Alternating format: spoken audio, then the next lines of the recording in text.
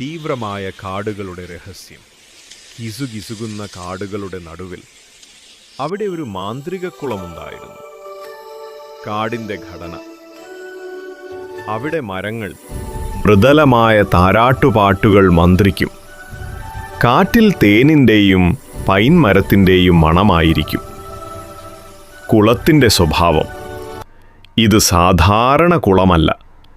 ഇതിൻ്റെ പേര് മഴവില്ല് കുളം, റെയിൻബോ പോണ്ട്. ഈ കുളം മഴവില്ലിൻ്റെ എല്ലാ വർണ്ണങ്ങളോടും കൂടി എപ്പോഴും തിളക്കത്തോടെ മിന്നിക്കൊണ്ടിരിക്കും, ഇരുണ്ട രാത്രികളിൽ പോലും.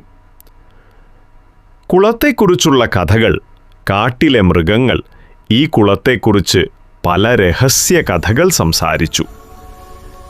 ദേവതയുടെ മന്ത്രം.